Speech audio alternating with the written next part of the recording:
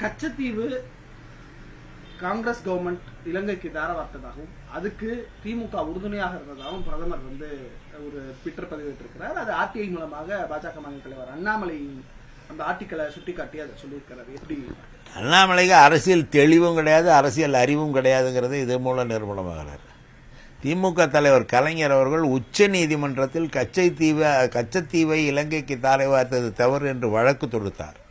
அந்த வழக்கிலே உச்ச நீதிமன்றம் அவரை 4 வாரத்திற்குள் நீங்கள் விளக்கம் அளிக்க வேண்டும் என்று கேட்டது.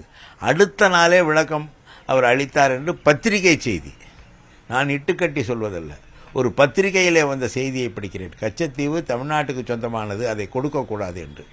1974ஆம் ஆண்டில் இந்த ஒப்பந்தம் குறித்து நாடாளுமன்றத்தில் வந்த பொழுது கடுமையாக எதிர்த்து பேசியவர் அன்றைய திமுகவின் குழு தலைவராக இருந்த நாடாளுமன்ற உறுப்பினர் இரா செழியன். வாஜ்பாய் அவர்களும் அதை கடுமையாக எதிர்த்து பேசினார். கச்சத்தீவு நம்முடைய இந்தியாவுக்கு சொந்தமானது, அதை விட்டுத்தரக்கூடாது என்று பேசினார். ஆனால் அந்த எல்லை மாற்றும் பிரச்சனையில், கடல் எல்லையை நம் பக்கம் தள்ளி வைக்க வேண்டும் ஒரு ஒப்பந்தம் போட்ட அந்த பிரச்சனையில் பழைய எல்லைக்கும் புது எல்லைக்கும் இடைப்பட்ட தீவுகள் எல்லாம் இலங்கை பக்கம் போய் இணைந்து விட்டன என்பதுதான் வரலாறு. 76 இது முழுமையாக இலங்கைக்கு போய்விட்டது. எமர்ஜென்சி அவசர நிலை காலத்தில் 10 ஆண்டு காலம் இவர்கள் ஆட்சியிலே இருக்கிறார்கள் அல்லவா. கச்சத்தீவை மீட்க இவர்கள் என்ன நடவடிக்கை எடுத்தார்கள்?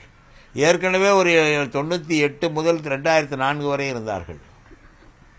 அப்பொழுது ஒரு 6 ஆண்டு காலம், இப்பொழுது ஒரு 10 ஆண்டு காலம்.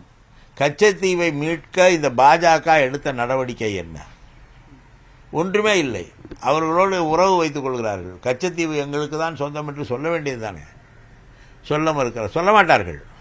ஏனென்றால் இது உள்ளூர் அரசியலுக்கு பயன்படுத்த வேண்டும் என்பதுதான் அவர்கள் நோக்கமே தவிர உண்மையிலேயே அவர்களுக்கு இந்த கச்சத்தீவை மீட்க வேண்டும் என்பதெல்லாம் அக்கறை இல்லை.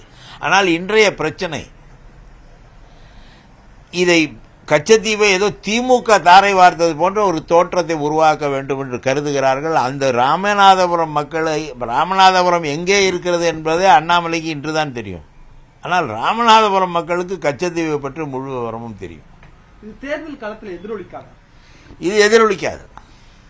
1974 இன்றைக்கு எவ்வளவு 50 ஆண்டுகள் ஆகிவிட்டன. இன்றைய பிரச்சனை என்ன? ராமேஸ்வரத்தில் உள்ள மீனவர்கள் எல்லாம் கைது செய்யப்பட்டு அவர்கள் படகுகள் எல்லாம் இலங்கை அரசால் கைப்பற்றப்படுகின்றன. இந்த பாஜக அரசு வேடிக்கை பார்த்து கொண்டிருக்கிறது.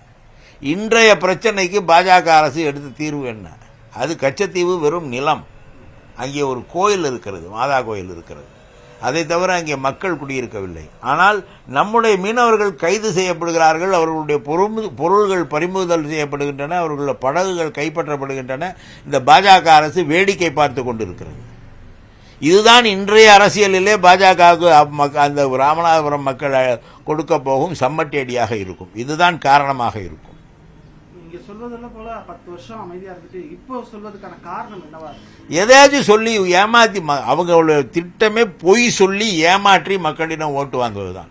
2019 எப்படி ஓட்டு வாங்கினார்கள்? விவசாயிகளுக்கு 150% அடிப்படை ஆதார விலை நிர்ணயிப்போம் என்று முழங்கினார் மோடி. MS சாமிநாதன் குழு அறிக்கையை முழுவதுமாக ஏற்றுக்கொண்டோம். 150% அடிப்படை ஆதார விலை நிர்ணயிப்போம், எங்களுக்கு வாக்களியுங்கள் என்றார். இன்றைக்கு விவசாயிகள் அடிப்படை ஆதார விலையை பற்றி நீங்கள் சொன்னீர்களே, என்ன செய்தீர்கள் என்றார்கள். இந்த போராட்டத்தை, இந்த 3 விவசாய வேளாண்மை சட்டம் திரும்ப பெற்று வரும்போது அப்பொழுது அவர்கள் கேட்ட கேள்வி, நாங்கள் எங்கள் போராட்டத்தை விலக்கிக் கொள்கிறோம், நீங்கள் இந்த அடிப்படை ஆதார விலையாக என்ன சொன்னீர்களோ அதை செய்வீர்களா என்று கேட்டார்கள். இன்றைக்கு அதற்காக போராடுவதற்காக டெல்லி வருகிறார்கள். இந்த மோடி அவர்களை அந்த டெல்லிக்கே வரவிடாமல் காவல்துறையை அடித்து விரட்டுகிறார். இந்த அடிப்படை ஆதார விலையை பற்றி ஒன்றுமே பேசவில்லை. இப்பொழுது சொல்ல வேண்டியதான 150% கொடுப்போம் என்று.